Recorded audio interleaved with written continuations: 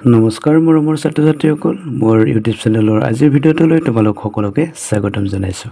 ছাত্ৰ-ছাত্ৰীসকল, আজি অসম জাতীয় বিদ্যালয়ৰ তৃতীয় শ্ৰেণীৰ নতুন বিজ্ঞান পাঠ্যপুথিৰ ৫ নং অধ্যায়ৰ তাপ আৰু উষ্ণতা নামৰ পাঠটিৰ প্ৰশ্ন উত্তৰ আগবঢ়াবলৈ বিচাৰিছোঁ। গতিকে ছাত্ৰ-ছাত্ৰীসকল, তোমালোকে ভিডিঅ'টো আৰম্ভণিৰ পৰা শেষলৈকে চাই যাবা আৰু বহীত লিখি ল'বা।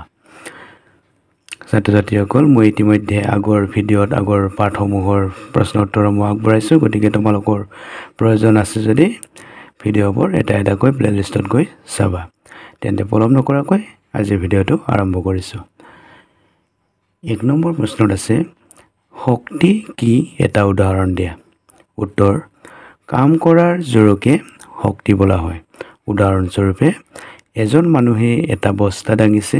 বস্তা দঙা কামটো কৰিবলৈ মানুহজনৰ শক্তি আছে। শক্তি নাথাকিলে কামটো নহ'লহেঁতেন। ২ নম্বৰ, সূৰ্যত জ্বলা গেছবিধৰ নাম লিখা। উত্তৰ তোমালোকে লিখিবা, সূৰ্যত জ্বলা গেছবিধৰ নাম হ'ল হাইড্ৰজেন গেছ। তাৰপিছত ৩ নম্বৰ প্ৰশ্নত আছে, পৃথিৱীৰ বাবে তাপৰ প্ৰধান উৎস কি? উত্তৰ, পৃথিৱীৰ বাবে তাপৰ প্ৰধান উৎস হ'ল সূৰ্য। ৪ নম্বৰ প্ৰশ্ন, তাপ কি লিখা? উত্তৰ, তাপ এবিধ শক্তি। তাপে বহু কাম কৰিব পাৰে। তাপে বস্তুৰ পৰিৱৰ্তন ঘটায়। ৫ নম্বৰ প্ৰশ্ন, তাপে বস্তুৰ পৰিৱৰ্তন ঘটায়, দুটা উদাহৰণ দিয়া। উত্তৰ তেনেদৰে লিখিবা, তাপে বস্তুৰ পৰিৱৰ্তন ঘটোৱা দুটা উদাহৰণ হ'ল, তাপ শক্তিয়ে বৰফক পানী কৰে আৰু পানীক ভাপ কৰে। তাৰপিছত, তপতালে কণী এটাৰ ভিতৰখন গোট মাৰে। ৬ নম্বৰ প্ৰশ্ন, তাপ শক্তিৰ উৎস কাক বোলে? তাপ শক্তিৰ কেইবিধমান উৎসৰ নাম লিখা। উত্তৰ, যিবোৰ বস্তুৰ পৰা তাপ পোৱা যায় সেইবোৰেই হ'ল তাপ শক্তিৰ উৎস। তাপ শক্তিৰ কেইবিধমান উৎস হ'ল কাঠ, কয়লা, পেট্ৰল, ডিজেল, কেৰাচিন, কিছুমান গেছ আদি। ৭ নম্বৰ প্ৰশ্ন, উষ্ণতা কিহৰ জোখ? উত্তৰ, বস্তু এটা কিমান তাপত উষ্ণতা তাৰে জোখ। ইয়াৰ পিছত তোমালোকলৈ অতিৰিক্ত প্ৰশ্ন কেইটামান লৈ আহিছোঁ। প্ৰথমতে আছে, বস্তুৰ দিশ জুখিবলৈ কি সঁজুলি ব্যৱহাৰ কৰা হয়? তোমালোকে উত্তৰ লিখিবা, স্কেল। ২ নম্বৰ, উষ্ণতা জোখা সঁজুলিবিধৰ নাম কি? উত্তৰ, থাৰ্মোমিটাৰ। ৩ নম্বৰ, দিশৰ একক কি?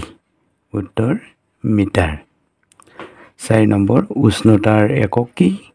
উত্তৰ, ডিগ্ৰী চেলছিয়াছ। ৫ নম্বৰ, বৰফৰ উষ্ণতা কিমান? উত্তৰ, ০ ডিগ্ৰী চেলছিয়াছ। ৬ নম্বৰ, উতলা পানীৰ উষ্ণতা কিমান? উত্তৰ, ১০০ ডিগ্ৰী চেলছিয়াছ। ৭ নম্বৰ, নিৰোগী বা সুস্থ মানুহ এজনৰ দেহৰ উষ্ণতা কিমান থাকে?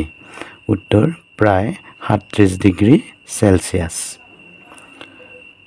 ৮ নম্বৰ, পোহৰ কি বস্তু এটা আমি কেতিয়া দেখা পাওঁ? উত্তৰ, পোহৰ তাপ শক্তিৰ এটা অংশ।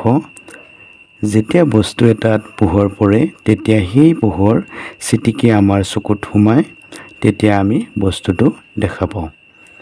মৰমৰ ছাত্ৰ-ছাত্ৰীসকল, আজিৰ ভিডিঅ'টো ইমানেই আছিল। ভিডিঅ'টো কেনেকুৱা লাগিল? যদি ভাল লাগিলে তেন্তে লাইক এটা কৰি দিয়া আৰু তোমালোকৰ বন্ধুবৰ্গৰ মাজলৈ শ্বেয়াৰ কৰি দিয়া, যাতে তেওঁলোকেও এই ভিডিঅ'টো পায়। আৰু যিসকলে মোৰ চেনেলটোলৈ নতুনকৈ আহিছে, অনুগ্ৰহ কৰি চেনেলটো ছাবস্ক্ৰাইব কৰি কাষত থকা বেল আইকনটো প্ৰেছ কৰি অল নটিফিকেশ্যন প্ৰেছ কৰিবা, যাতে মই দিয়া পৰৱৰ্তী ভিডিঅ'বোৰ তোমালোকৰ নটিফিকেশ্যনত গৈ পায়। ভিডিঅ'টো চোৱাৰ বাবে ধন্যবাদ। পুনৰ লগ পাম আৰু নতুন ভিডিঅ'লৈ। ধন্যবাদ।